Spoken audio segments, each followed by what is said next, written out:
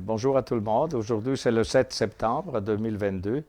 Qu'est-ce qu'on peut dire aujourd'hui par rapport au marché en général? Mettons, si on prend le SPY, ou si vous voulez l'indice S&P 500, c'est qu'il a perdu à peu près 7% depuis 2 semaines, en réalité, depuis que M. Powell a montré son agressivité à augmenter les taux d'intérêt. Le Nasdaq a perdu, sauf erreur, a perdu presque 9% de sa valeur.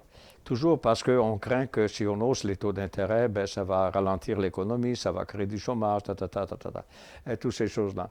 De quoi on va parler aujourd'hui? Je voulais vous parler du prix du pétrole, mais c'est simplement en fonction de la courbe du coût marginal, comme c'est marqué sur le tableau. Le coût marginal, c'est le coût de production d'une unité de plus. Imaginez une compagnie qui produit, je ne sais pas, des tables, et puis il produit, je ne sais pas, 500 tables par mois, ou peu importe la période. Il produit 500 tables, et ça, c'est le coût optimal. C'est-à-dire, quand il produit 500 tables, toute la machinerie utilisée est utilisée en plein et d'une façon efficace. Et donc, le coût, ou si vous voulez même le prix, là, est fonction de cette quantité idéale qui a été produite. Si par contre la demande de chaises augmente, et mettons d'une chaise, comment produire une chaise additionnelle? Ben, peut-être il faut utiliser d'autres machineries, il faut utiliser d'autres employés, et ainsi de suite, pour augmenter éventuellement pour augmenter la gamme de production durant la période. Et donc, on se retrouve, regardez bien le graphique, il vous le montre. Donc, la quantité idéale, mettons, de chaises, et mettons 500 chaises ou 500 tables pour un certain coût. Ça, c'est l'idéal.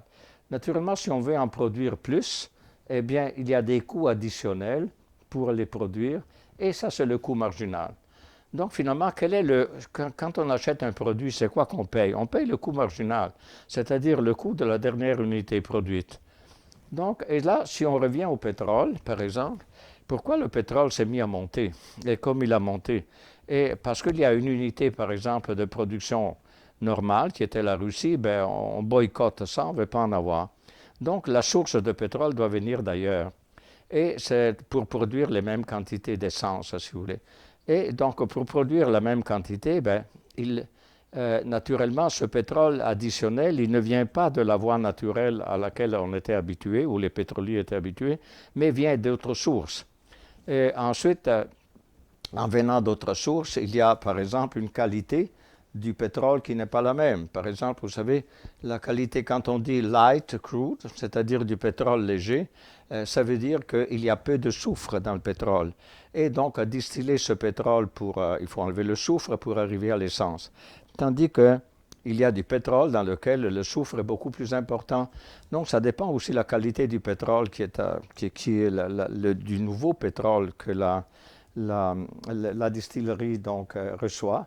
Il y a naturellement une demande. La demande, on dit que c'est à peu près de 90 millions de barils par jour de pétrole. Mais habituellement, on en produit pour 89. Donc, ça fait à peu près une différence entre les deux qui tient les prix qui sont là, finalement. Naturellement, l'offre, comme on dit, de pétrole est rendue plus difficile aujourd'hui, simplement parce qu'on a changé des sources. Et en changeant les sources, on se retrouve, comme on a dit, un problème de qualité du pétrole. On a de la spéculation qui va avec. Par exemple, imaginez le dollar US, par rapport aux autres devises, vaut beaucoup plus qu'avant. Vu que le pétrole est payé en dollars US, finalement, le prix du pétrole fait en sorte qu'il descend par rapport à nous.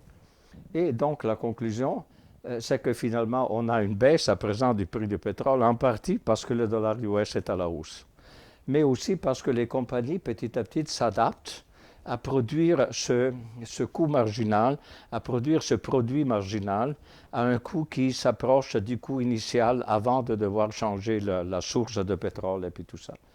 Et voilà, c'était pour vous dire ça, c'est-à-dire regarder beaucoup le cours marginal. C'est intéressant, c'est un concept important parce que toute compagnie qui produit des biens veut le faire en fonction du maximum de production avec le minimum de coût.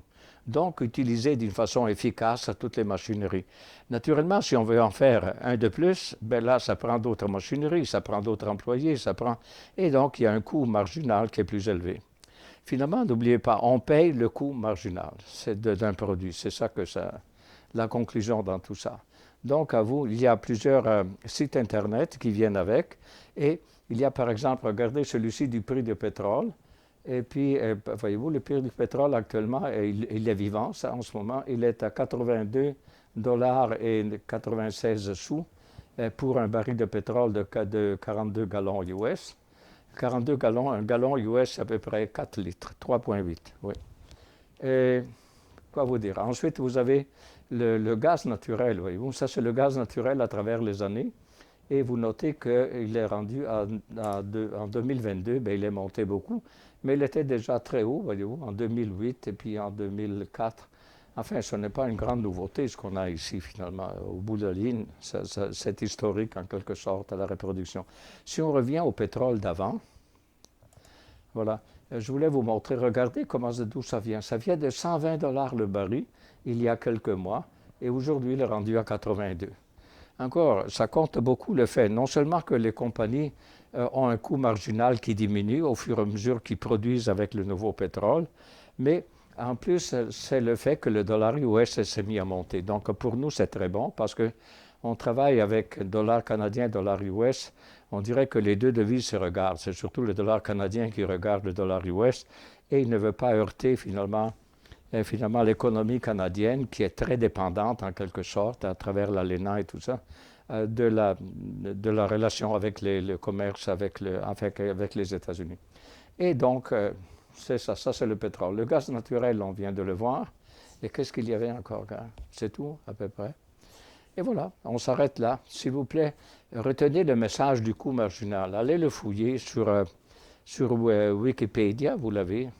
En anglais, c'est bien décrit, je dois vous dire. En français, semble bien décrit, mais il donne un exemple avec des tomates. Ben, allez le voir et puis vous verrez si le raisonnement fait pour les tomates est bon ou non pour expliquer le coût marginal. Voilà, bonne journée à tout le monde.